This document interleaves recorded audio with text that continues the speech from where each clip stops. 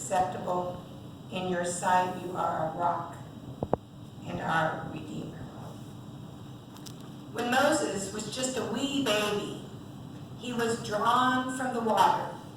There were two things physically that saved him. One was the faithful and brave act of his mother and sister, and the other was the compassionate and merciful act of Pharaoh's daughter. Who gave the faith and the courage and the compassion? It was God.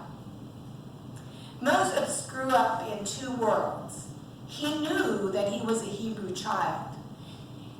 And as the adopted son, he also grew up as the adopted son in an Egyptian royal family. I can imagine that making sense of these two worlds would have been a great psychological task for the young boy. I imagine that in his early years with his own family, his mother and father, they took time to try to really teach him about God and about what it was to be an Israelite, because they knew that the rest of his education, the rest of his influence would come within the palace. It is living between two worlds would have created conflict in his mind. Conflict of loyalty. We're not really told how interactive with him Pharaoh's daughter was, but certainly everything was provided for him. Everything was given to him that he needed. And yet, when he looked out on the world around him and he saw the Egyptians forcing the Israelites into hard labor, when he saw what his heart perceived as injustice, anger rose up in him. And so one day when he was going out and about and he saw an Egyptian beating an Israelite, Moses' anger, without even thinking, he put himself in the middle of the conflict and killed the Egyptian. And then knowing that there would be consequences, he hid the body, probably somewhere in the sand.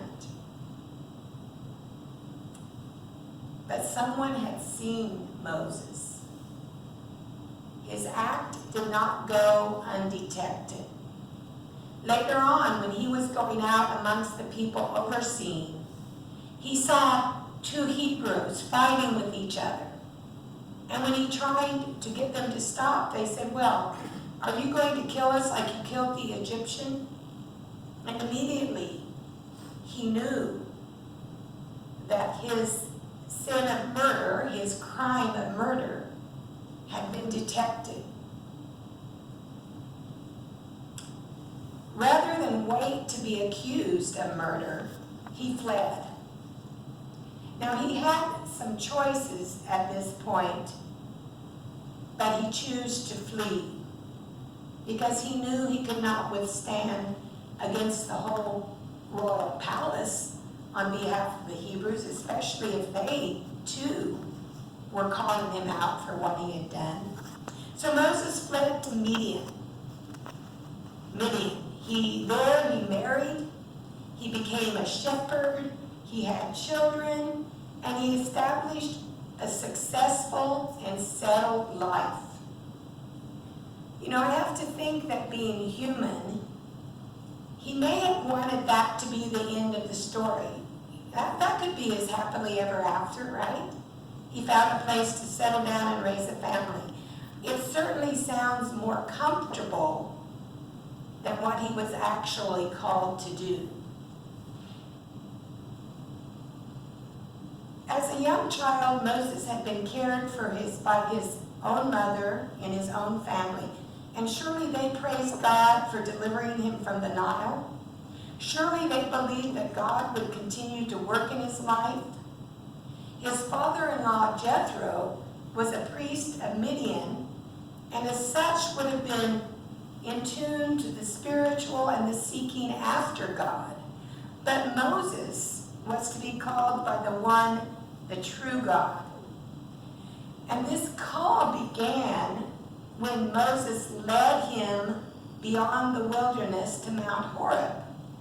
Why did he go beyond the wilderness? Why did he go to this mount? I believe that God was calling him there. And once there, he saw this most amazing thing. A burning bush is pretty fascinating in itself, the way it will burn and crackle. But this particular bush was burning with a flame, and yet it was not burning up. It just continued to burn. It got his attention. And once God knew that Moses was listening, he called him by name. Once God knew that Moses was listening, God called him by name. And at this point, I think, as you're getting into the story, things are getting more intense, right? And Moses has an option. He could disbelieve, thinking, my ears are deceiving me. I just think I hear something in that crackling of the bush. Or he could turn the other way toward comfort and the known, away from the unknown.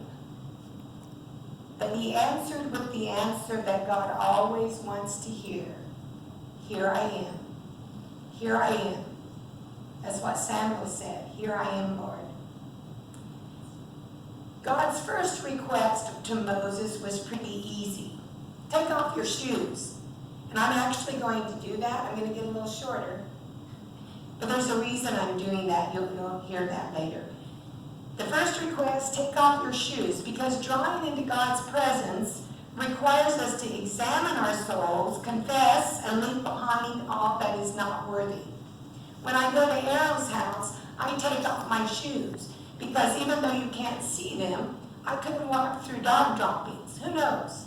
And so I take off my shoes. When we come to God's presence, we take off or leave behind anything that is not worthy. But I heard a pastor once who made a good case that the taking off of shoes also shows us that drawing into God's presence is meant to be a closer, more intimate interaction with God. Now that my shoes are off, I can feel the carpet, and I have a different experience. If I were outside, I would feel the ground, and I know there's some of you who loved going barefoot as children. Just as the disciples had to take off their shoes for Jesus to wash their feet, Moses removed his shoes in obedience and showed his intention to enter into this experience, his intention to be close to God. And God identifies himself as the God of Moses' ancestors. And when he knows who's actually speaking to him, Moses hides his face, showing appropriate humility. Because God's ways are higher than our ways, his thoughts are above our thoughts. It is Moses' humility that put him in a ready position to accept God's guidance. Here's a question for any of you who have tried to teach someone something who thought they already knew everything. Any of you in your work tried to teach somebody something who thought they already knew everything? You sometimes think it's a waste of breath, because if they're not teachable, if they're not coachable, what can you do? With Moses, God doesn't waste his breath or his time, but he gets right to the point. Moses has shown that he's humble, that he's going to listen, and so God can interact with him. He says, I've seen the people's misery, I have heard their cries, I care about their suffering, and I will act on their behalf. I will send someone to bring them out of slavery into a good place. And Moses' heart has to be leaping with joy. This is answered prayer. God hears, he cares, he's going to send someone to rescue the people. And so far, this is great news. A joyful answer to prayer. a setting right of what is wrong. But then to use an expression, the other shoe drops. Come, Moses, I will send you. Not so fast. Wait a minute. Who am I that I should go to Pharaoh and bring the Israelites out of Egypt? And in Moses' response, I sense a variety of emotions and thoughts, including fear. And all of a sudden he remembered why he fled. He remembered that in Egypt he is a murderer. He had a sense of the danger that might await him. Either the Egyptians would be out to get him, or the Israelites would be. And he thought of all that he could lose. His home, his family. And we actually know that he did not make it all the way back to Midian. Or he did not make it all the way into the promised land. But he had these thoughts, and he had a deep sense of inadequacy. You know, this type of unworthiness and humility is often found at the point of God's call. Do you remember Jeremiah cried out, I am only a boy. And Isaiah confessed, I am a man of unclean lips. And even Peter told Jesus, go away from me, Lord, for I am a sinful man. We are in good company if when faced with God's call on our lives. We have a sense of inadequacy. We have a sense of inadequacy. Who am I? But we must never forget that God is adequate. God could have called Moses to the work he'd already done in his life. It's a miracle that Moses is alive. I believe there are crocodiles in the Nile River. They could have gotten baby Moses probably even out of the basket. God could have hardened the heart of Pharaoh's daughter so that she scornfully said, that's one of those Hebrew babies, toss him in the river. Moses could have fallen victim to the violence around him. The Egyptian could have won the battle, or the Hebrews could have defeated him. But Moses was preserved by God and used for God's plan.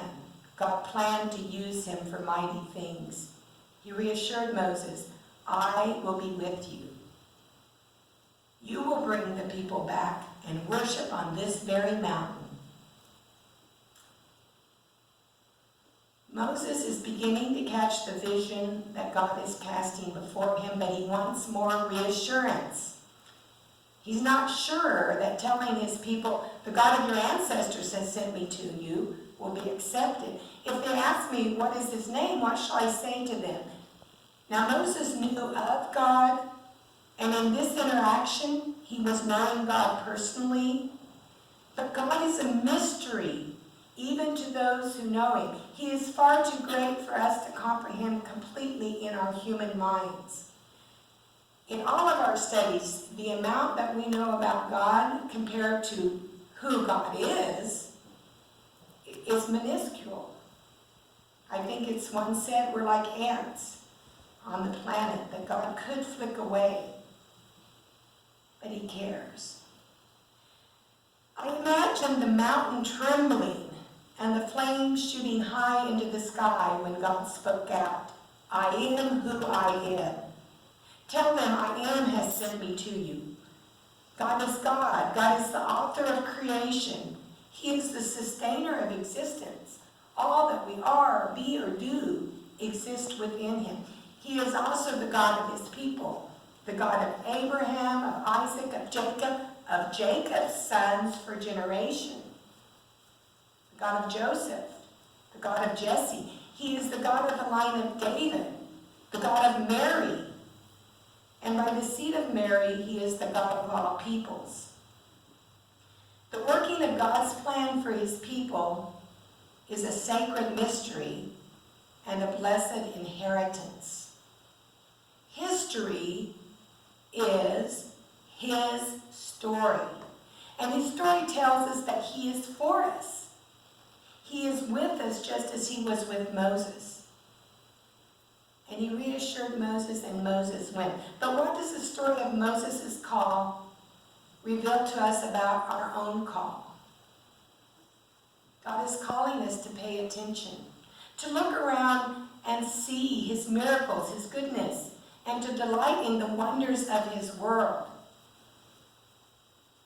He is calling us to see his people and to be aware of their needs. He is calling us to learn his plan for our lives and to heed his call for action.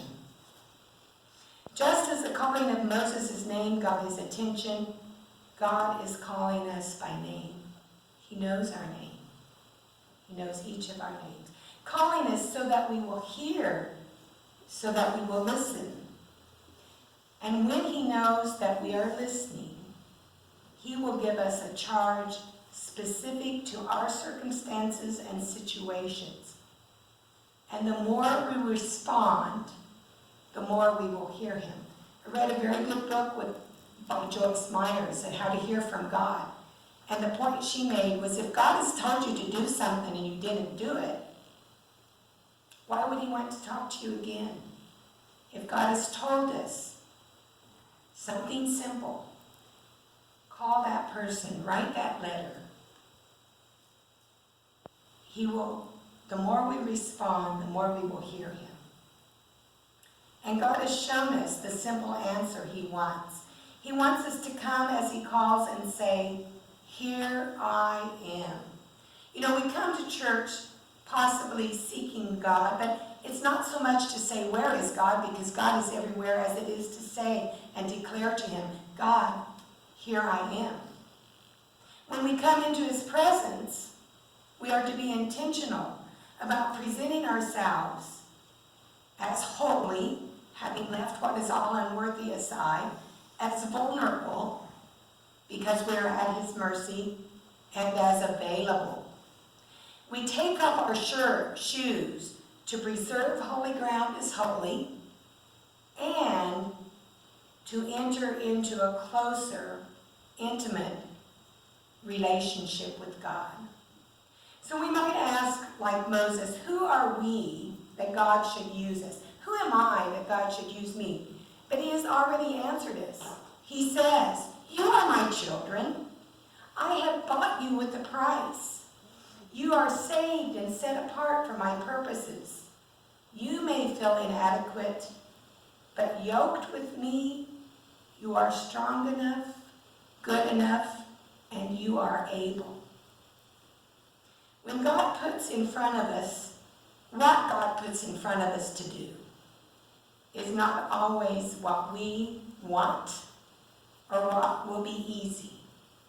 And we all know that we've been put things in front of us were not what we wanted, and it was not easy. But even the smallest task given by God is important. And if it is ours to do, that's the discernment. If it is ours to do, he will empower us to do it. God has sent his Spirit to put his light into our lives, and he wants that light to shine out brilliantly. We can be like burning bushes. We can be on fire without being consumed. Because if it is God's fire and light burning in us, it is his work that will go out from us. Because we are his, he does not want us to underestimate the impact we can have. Do not underestimate the impact that you can have by going to this baptism for Cashton, by calling on the Henrys in love, by sending our prayer donation to Hudson. Do not underestimate the impact that we can have and the difference that we can make for God in this world. We are to shine for him and encourage others to do the same. In our lives, we need to be on the lookout for burning bushes. Where is God catching our attention, engaging our interests, firing our passion, touching our hearts and leading our feet? When is he calling our name? Are we willing to be still and know him? Are we willing to take up our cross and follow? Because if we are, there is adventure and purpose ahead, and the joy of serving the one who still calls us by name.